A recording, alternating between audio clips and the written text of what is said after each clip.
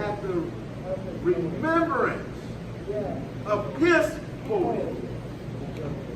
Of his holiness. Yes, sir. Because it's his holiness, and because he's holy, that I am, that I am. All right. Amen. Amen. Yeah. It's because of his holiness. It's his holiness because he's righteous and because he's just.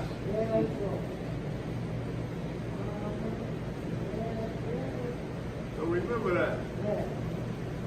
Okay, who got the next one?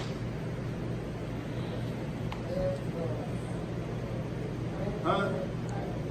We're Isaiah, right? Isaiah 43. 1 through 5. Come on. Come on, let's go. Isaiah 43. Quit looking at your hand. Isaiah 43. Who got it? What time we got it? He got it, so put it in. Isaiah 43. Come on. Begin at the first verse. Yeah. God reads. But now, thus said the Lord, that created thee, O Jacob, Uh-huh. and he that formed thee, O Israel. Yeah. Fear He not. created. Look, he's saying, listen to me. The one that created you, the one that formed you. Right? Come on.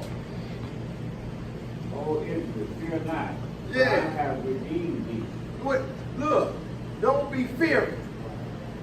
The one thing I thank God for Elder Happy Guitar this morning. I thank God that he came this morning and for what God used him to do. And it showed even more so that just in this flesh, there's going to be fear. Right? There's going to be fear. Pastor, Scripture said that I did not give you the spirit of fear. He didn't give you the spirit of fear, but you're going to be fearful. But the key is not to let that fearfulness stop you. To not be afraid so you don't move forward. To let fear keep you from growing in him. For seeing his promises actually being manifested in your life. I want to see. I don't want to just believe in him. I'm looking to see him. I believe that if I follow him and do what he said, that he'll manifest it. Amen. Come on. I have called thee by thy name. Yeah. Thou art mine. Verse Look, 2. wait a minute. Read that again, Brother Tom, because I want us to make sure we catch that. Fear not, for I have redeemed thee. I have called Fear thee. not, for I have redeemed thee. Anybody know what redeem means? Huh? Right. I didn't brought you back. I didn't brought you back to me. Right? I redeemed you. So don't be fearful. Well, wait a minute. You don't understand my situation.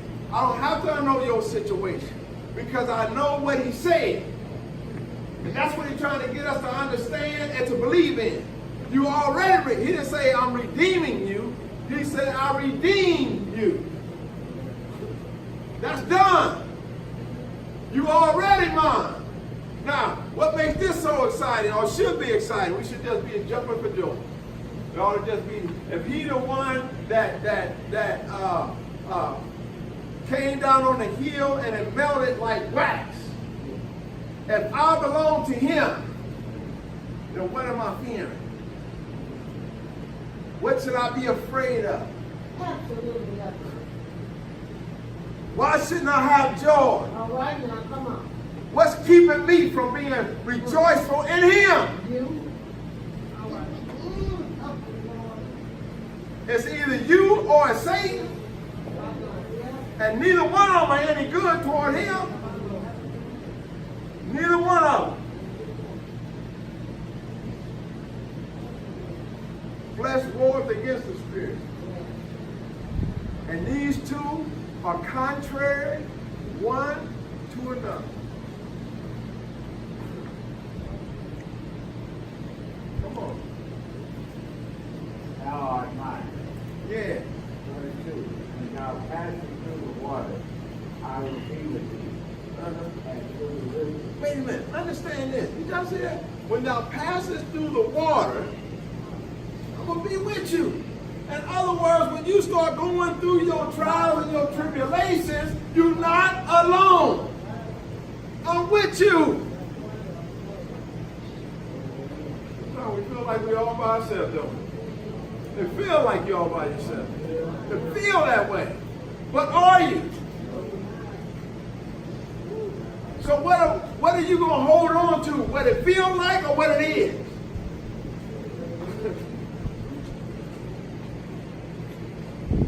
That's what we should.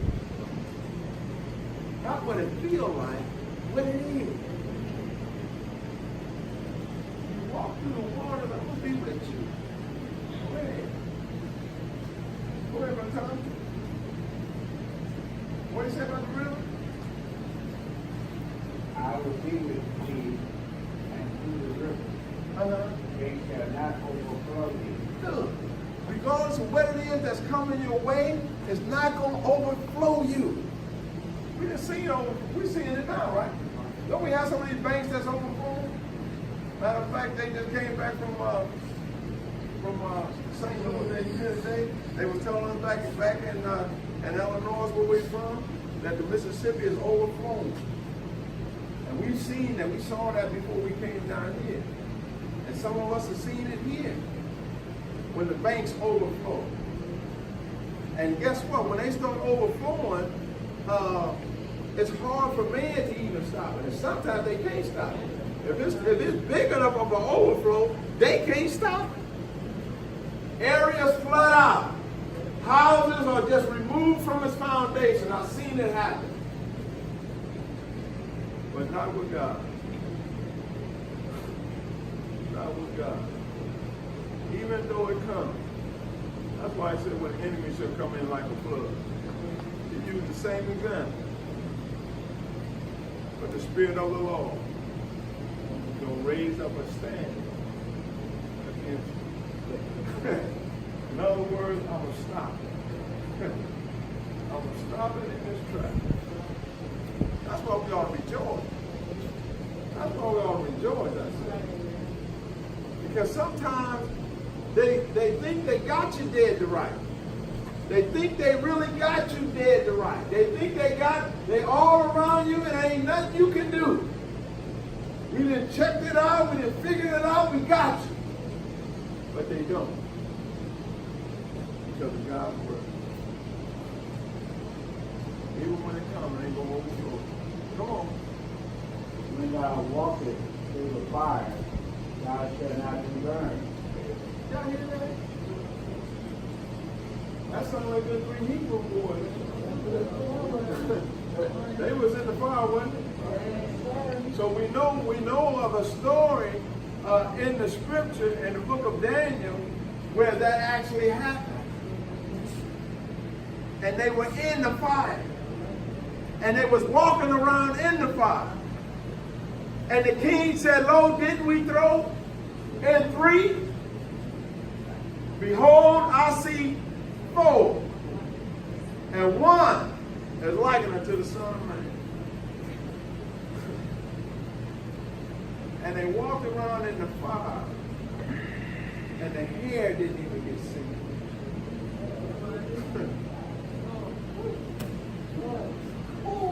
Now that's literal fire. And this can be literal fire, or it can be a symbolization of a fiery circumstance.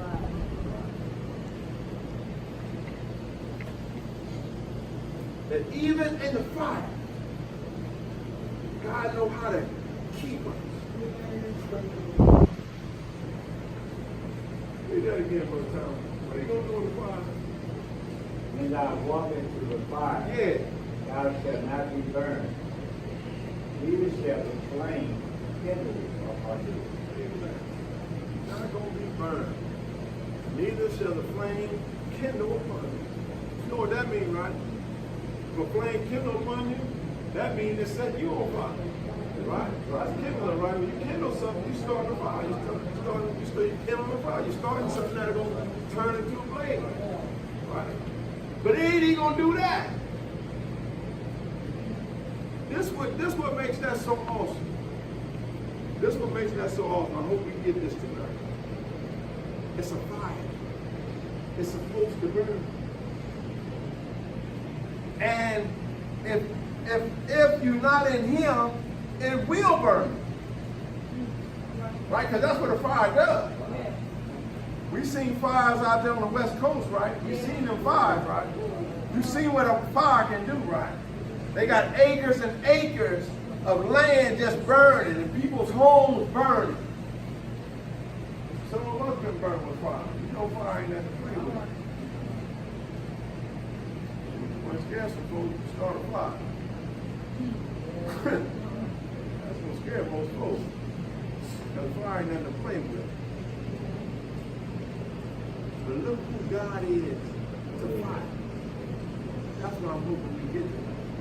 That means the situation that I might be going through that seems like fire, like it's consuming me, it can't consume you. You believe in him. Is that right?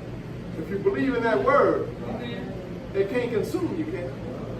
Because he just said that even though you walk through the fire, you're not even going to be burnt, let alone be consumed. And it won't even kindle you upon you. It ain't even going to even start a fire. That's why you rejoice. You know what? We just start looking at things the way they really are. Wouldn't that change your attitude? Yeah. And we just don't remember what he said and looking at his word when we start going through stuff. Won't that change how you feel about what you're going through? It should. If you believe it, it will.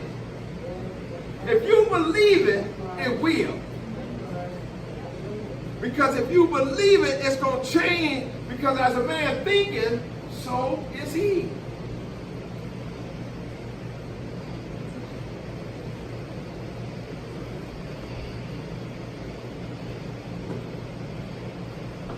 Let me read that, Brother Don.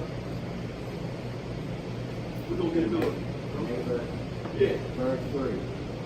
For I am the Lord, thy God, the Holy One of Israel. Who is he?